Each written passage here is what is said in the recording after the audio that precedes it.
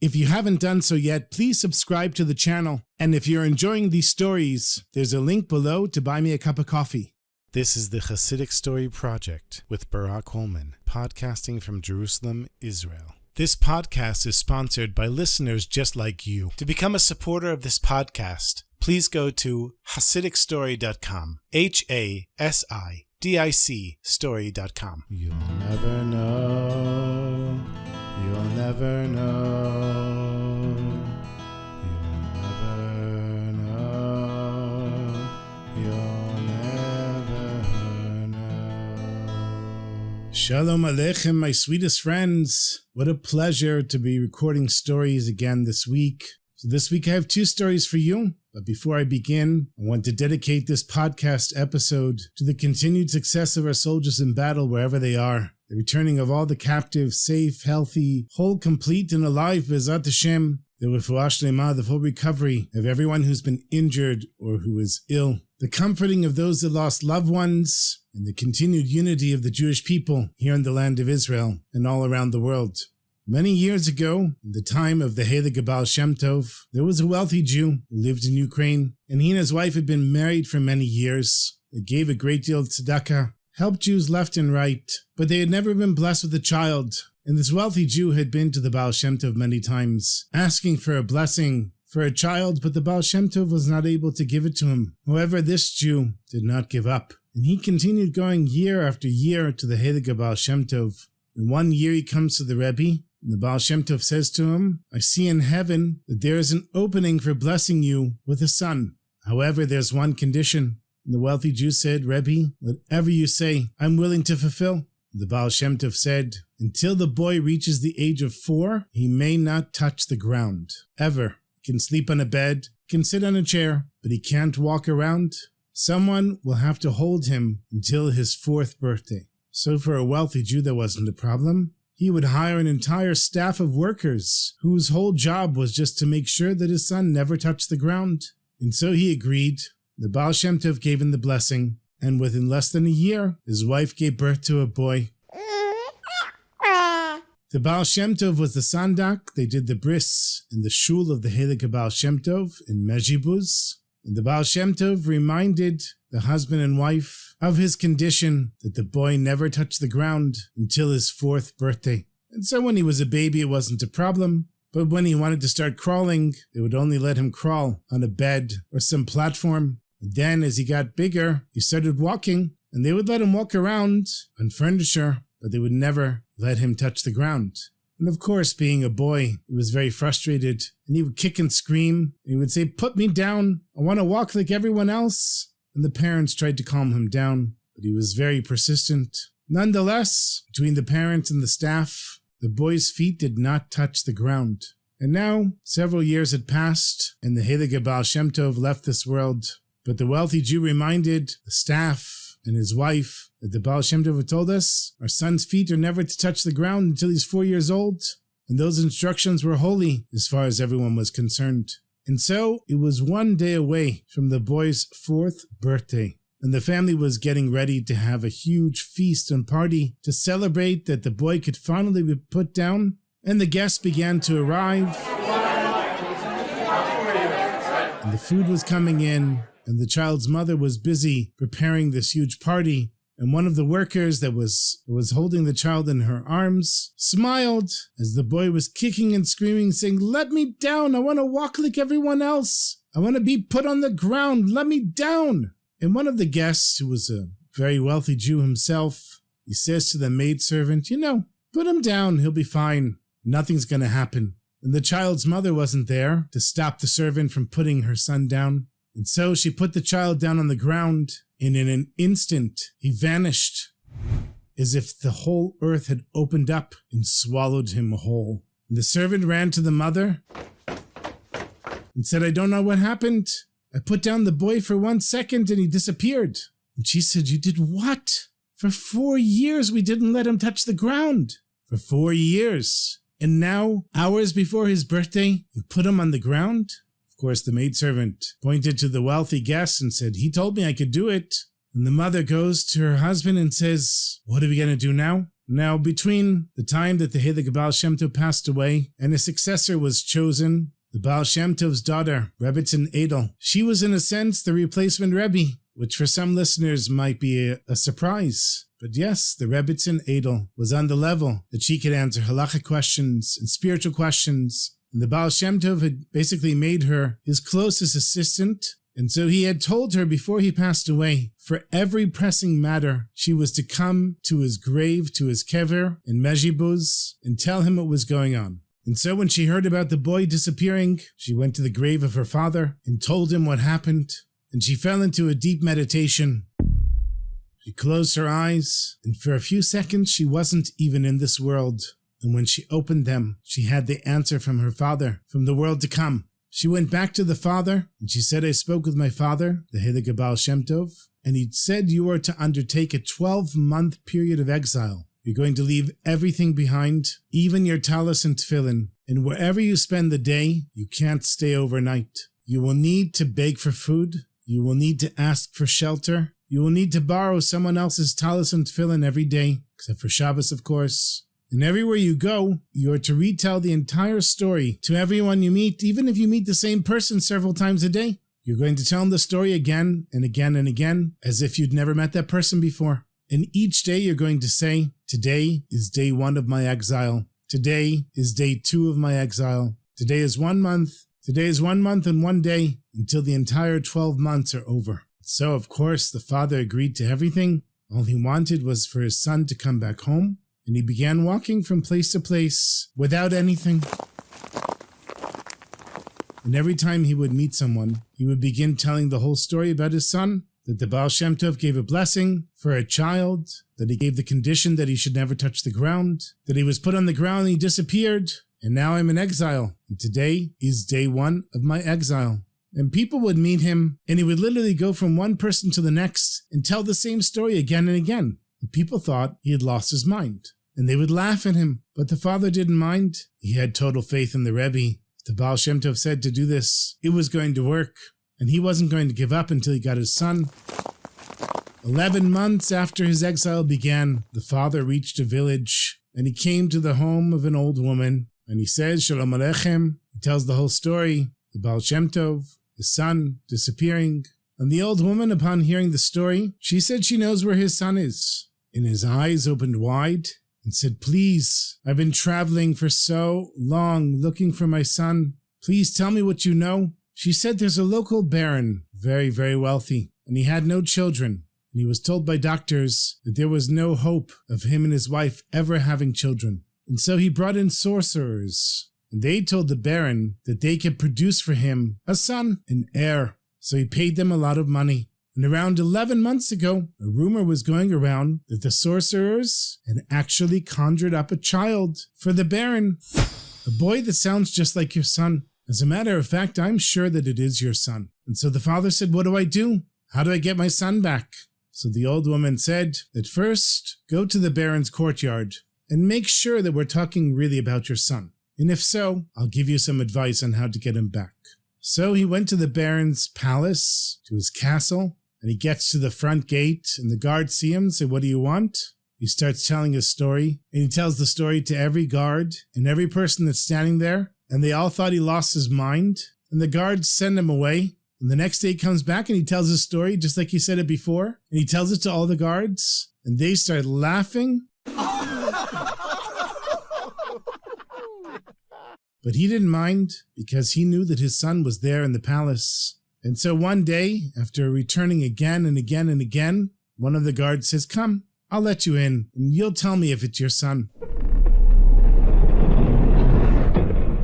And he gets into the inner courtyard, he sees there's a boy, and he knows it's his son. So now he goes back to the old woman. He says, my dear woman, it's been nearly 12 months, and there's a rumor in the court of the baron that the bishop is going to baptize my son. What am I going to do? My son is a Jew. And the old woman said, that's your solution.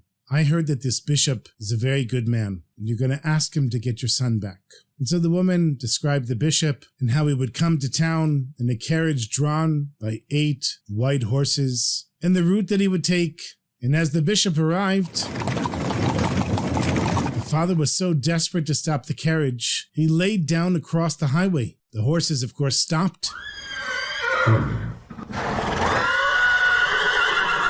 And the driver says, "Get out of the way, or I'll run you over." But the father refused to budge. He said, "I'm not moving until I see the bishop. I have to talk to the bishop." So the bishop said, "Bring the man to me." And what's the first thing he does? He tells the story about his son. And then he asked the bishop to please help him. So the bishop said, "The baron's castle has a large window on one of the sides. I want you to stand underneath the window." So the father, of course, stood under the window, and when the bishop arrived at the baron's house at the castle, he asked the guards, "Who is that man standing outside by the window?" And of course the guards recognized the father. They said, "Oh, he's a crazy person. He comes here every day telling us the story of his son who was snatched by him by sorcerers. Don't pay any attention to him." And the bishop said, "Why don't you bring him into the castle? I want to hear the story for myself." And so the guards went and brought the father into the castle. And while the father is standing next to the bishop in front of the baron, the bishop says to the father, "Please tell us your story." He tells him the story that his son wasn't supposed to touch the ground till he was 4 years old. And they put him on the ground by mistake, and he disappeared.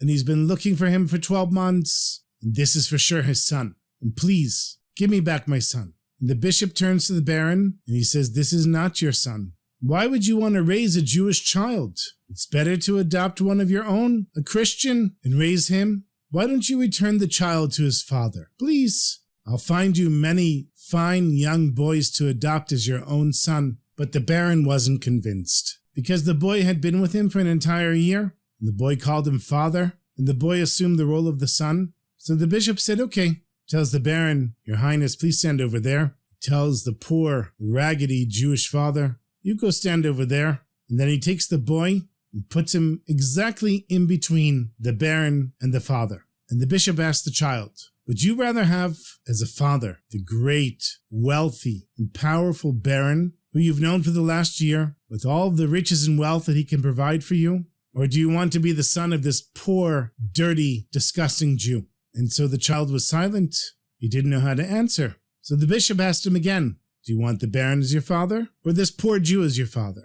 And again the child was silent. So finally the bishop said, "My son, you have to answer." And the child burst out into tears. He turned to the Jew, his real father, and he runs to him and hugs him. He said, "I want you to be my father." And so the bishop told the father, "Take your son and go home." And the baron was furious. He banned the father and son from ever coming back into his castle, but the father got his son back. And as they're walking back on the long journey back home, they again encountered the bishop's carriage, and the bishop told his driver to stop. And he leans out the window of the carriage, and he says to the father, "Know that the Heilige Baal Shem Tov can save even after he's left this world." And with those words, the bishop, his 8 horses, the driver, and the carriage all vanished into thin air. Because they were divine emissaries of the Heilige Baal Shem Tov that were sent into this world to save the man's son. And several days later, the real bishop arrived at the baron's home in order to baptize the child. And when he saw that the boy wasn't there, the baron said, "But you were just here a few days ago. You set up the whole scene and asked the boy who he wanted as his father, and he chose the Jew." And it was at that point that the baron and the bishop understood the greatness of the Heilige Baal Shem Tov and the miracle that Hashem had done for the boy and his father. Hi, good Shabbos, good Shabbos,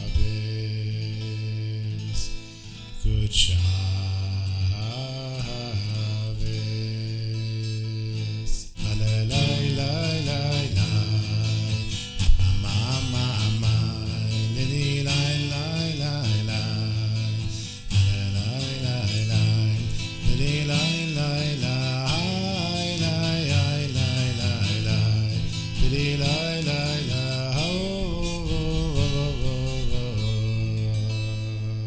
I have one more short story for you. This one is about Rabbi Shmuel Strassun, also known as the Rashash. He lived from 1794 to 1872 and was a great Talmudic scholar in Vilna. And his family was also wealthy. They owned a distillery and sold alcohol. And so the Rashash was not only admired for his Talmudic brilliance, but also for the wealth that he distributed to the Jewish community. And one of the things that he took a personal interest in was an interest-free loan for the people of Vilna and the Jewish community. Now, the Rashash had set aside a great deal of money to lend out to the Jewish community, but he knew that the money had to be repaid in order to give out new loans. So he was very careful in keeping the accounts of his fund, and he made sure that people repaid their loans on time. Otherwise, there wouldn't be any money to lend out to other people. And he was very careful to mark all of the transactions in his books. And one day, there was a simple Jew. He was a baker, and he needed to borrow 100 rubles for 4 months' time. He took the loan, and after 4 months, he had the money. He came back on the day when the loan was due and went to the Rashash's home, but his Rebbitzin said that the rabbi was in the base midrash in the study hall, and he wasn't at home, so the baker went over there, and he finds the Rashash deeply engrossed in learning a very complex subject in the Gemara. He says, "Rabbi, I'm repaying my loan," and then he takes the money and hands it to the Rashash. The Rashash looks up from his Gemara, he nods his head, takes the money, and goes back to learning without interrupting himself or where he was. And so as far as the baker was concerned, his loan was repaid, and he felt good about himself. It wasn't easy for him to return the money, but he did, and he did it on time. And he handed it straight into the hand of the rabbi. But the truth is that the Rashash nodded, not because he was acknowledging the repayment, but it was just an automatic reflex. His mind was totally into the Gemara, and he spent many more hours trying to understand the page that he was learning, going back and forth, and when he finally finished, he closed the Gemara and put it back on the shelf, oblivious that the loan repayment was pressed between its huge pages. Now every week the Rashash would go over his books to see which loans were paid and which still needed to be collected. And when it came to the name of the baker, the Rashash noticed that the loan was still outstanding. The baker didn't pay back his loan. So he calls for the baker to come, and he demands that the baker pay the 100 rubles that he borrowed today, because he was already late. And the baker says, "But Rabbi, I already paid you." And the rabbi said, "No, you didn't. It's still written here that you owe the money." And the baker said, "But Rabbi, I put it in your hand, right in front of you in the Beit Midrash." And the Rashash was so deep in his learning, he didn't remember the baker giving him the money. And he relied on his meticulous records. And if he wrote that the loan is outstanding, then the loan is outstanding. But the baker said, "Rabbi, even if I was a wealthy man, I wouldn't give you back the money again because I already repaid it. As a matter of principle, I wouldn't do that. I'm not repaying any more money because I already gave it to you. And the fact that you didn't write it down is not my problem." So the Rashash waited a few months, and the baker continued refusing to pay the loan back, even though he'd already paid it. And the Rashash had no choice but to bring the baker to the rabbinical court. And when word of the case spread to the Jews of Vilna, everyone was so angry at the baker for disrespecting the Rashash. How dare he stand up against a great scholar like the Rashash, who was wealthy as well, calling him a liar and pretending like he didn't owe money when he did. And so the Beit Din judged the case. Both sides were heard, but of course the Rashash's word was taken over the word of the baker. And the judges decided to postpone the decision for a later date, hoping that the baker would admit that he hadn't paid back the loan and pay it back. But the baker said, "I paid it back. And even if I was wealthy, I wouldn't pay it back just as a matter of principle. I understand the rabbi is a great rabbi, but the rabbi made a mistake. I paid back my loan." But the poor baker had no sympathizers anywhere in the Jewish community in Vilna. Everyone considered him a thief and a fool, and his name was ruined. Nobody would hire him. Nobody would consider marrying his children, and no one even spoke with him. But still he insisted that he had paid back his debt. And his son, who was a promising young scholar, he couldn't handle the embarrassment of a father that was a cheat and a liar, and so he left Vilna altogether. And nearly a year passed, and the Rashash was back in the Beit Midrash, learning, and he needed to research something from the same tractate of the Gemara, and he pulled the volume off the shelf. And as he's going through the pages, he discovers 100 rubles that falls out of the sefer, out of the book. And for a second he was shocked. He wondered, who's leaving money in my Gemara? And why would so much money be put there? But then suddenly he remembered. This was the missing money that the baker had insisted that he'd repaid. The baker was telling the truth. The Rashash felt so bad. he had accused this baker falsely and wronged a fellow Jew. It shook him to his core. He asked one of his servants to bring the baker. The baker arrives at this big, beautiful home of the Rashash, looking worse than he ever had been. Very thin because he didn't have any money for food. His clothes are torn and he looks so depressed. And the Rashash says to him, I made a mistake. I found your money today. I was wrong and you were right. What can I do to make this up to you? I'll stand in front of the public and announce that I was wrong and you were right. What can I do to compensate you for the suffering I caused? The baker stood in front of the rabbi. You could see how his face was gaunt and suffering from nearly starving to death. And he says calmly and sadly to the rabbi, my good name is already ruined. Even if you put posters all around town declaring my innocence, no one will ever forget that I was accused of being a liar and disrespecting you, great rabbi. No one will ever hire me again, and no one will care that you have pity on me now. Everyone will still consider me a thief and a liar. My son won't even speak with me, and they think I was so chutzpahdik for insisting that I had paid back the loan, even though I had. No, Rabbi. Even if you stand in the town square and shout at the top of your lungs that I'm innocent, nothing is going to help me now, and nothing will bring my son back who left Vilna out of shame. The Rashash sat there with his eyes closed for a long time, and he said, my friend, there has to be a way. Hashem said there's always a way to do tshuva, there's always a way to return, and I made a grave, terrible mistake, and I'm begging Hashem to show me the path and how to fix it. How do I restore your name? How do I reunite your family? How do I make amends for the terrible thing that I did to you? And then all of a sudden, the rabbi has an idea. He says to the baker, please tell your son to return to Vilna. I want him to meet my daughter. And if they like one another, I want him to marry my daughter. The baker, he had a look on his face full of light and joy.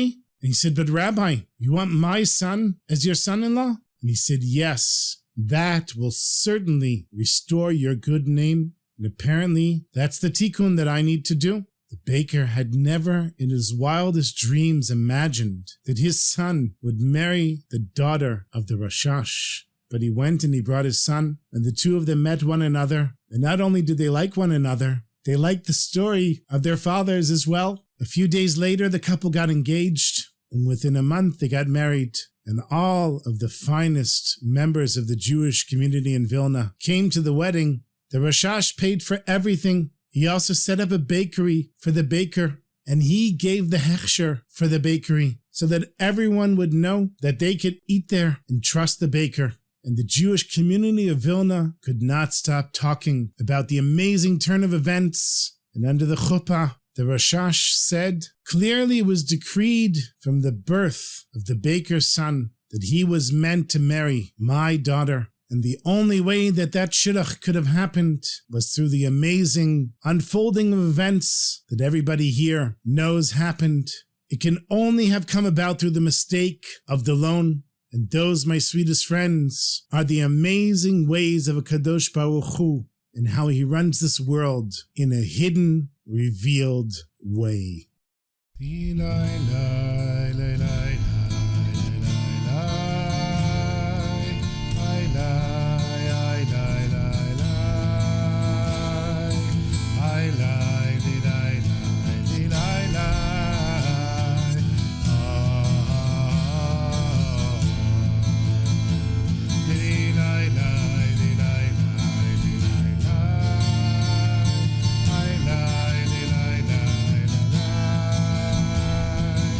I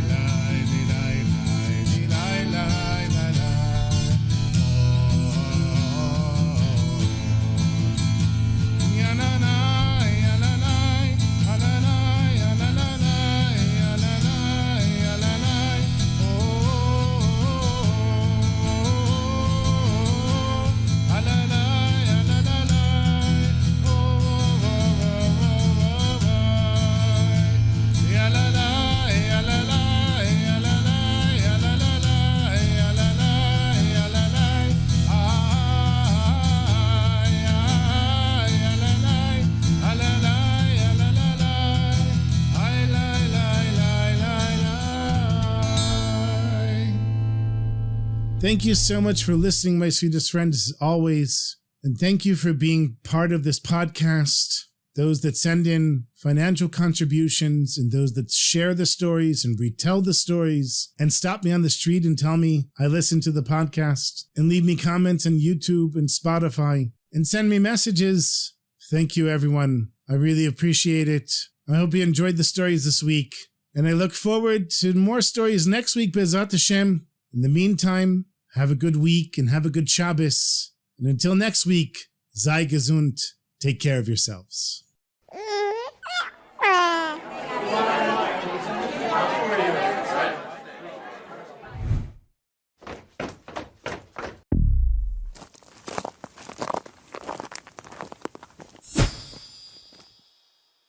Ha ha ha!